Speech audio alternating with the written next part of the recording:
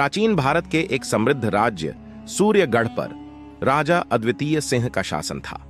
राजा न्यायप्रिय, वीर और प्रजावत्सल थे, परंतु उनके जीवन में एक गहरा रहस्य छिपा था। उनकी 2 रानियां और उनसे जुड़ा एक भयानक श्राप। पहली रानी मालविका थी शांत, सौम्य और धर्मपरायण। वह राज्य की प्रजा में अत्यंत प्रिय थी। दूसरी रानी थी चंद्रलेखा, अत्यंत सुंदर, बुद्धिमान, लेकिन भीतर से महत्वाकांक्षी और रहस्यमयी।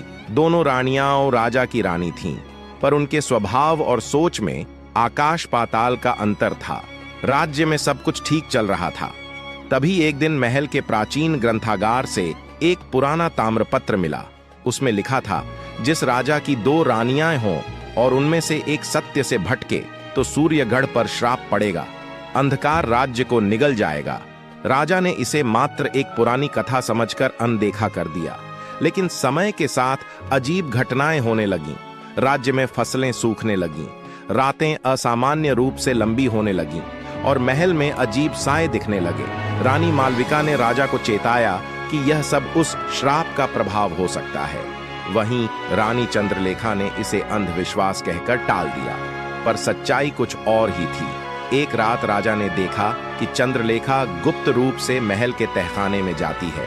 पीछा करने पर पता चला कि वह एक तांत्रिक साधना कर रही थी। उसने अपने सौंदर्य और शक्ति को बनाए रखने के लिए एक प्राचीन शक्ति से सौदा किया था और उसी सौदे ने श्राप को जागृत कर दिया था। राजा स्तब्ध रह गए। उन्होंने चंद्रलेखा से सत्य स्वीकार करवाया। अपराध स्वीकारते हुए चंद्रलेखा रो पड़ी, पर अब बहुत देर हो चुकी थी। श्राप पूरी तरह सक्रिय हो चुका था।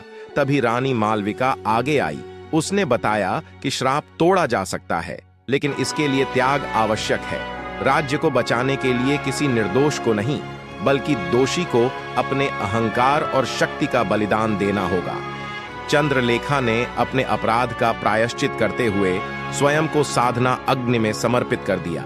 जैसे ही अग्नि जली, आकाश साफ हो गया, अंधकार छांटने लगा और सूर्यगढ़ फिर से उजाले में नहा उठा।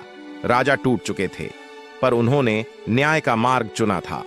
रानी मालविका के साथ मिलकर उन्होंने राज्य को फिर से समृद्ध बनाया। इस कथा से सूर्यगढ़ ने एक सीख पाई, शक्ति और सौंदर्य से बड़ा होता है सत्य, और अहंकार का अंत हमेशा विनाश ही होता है।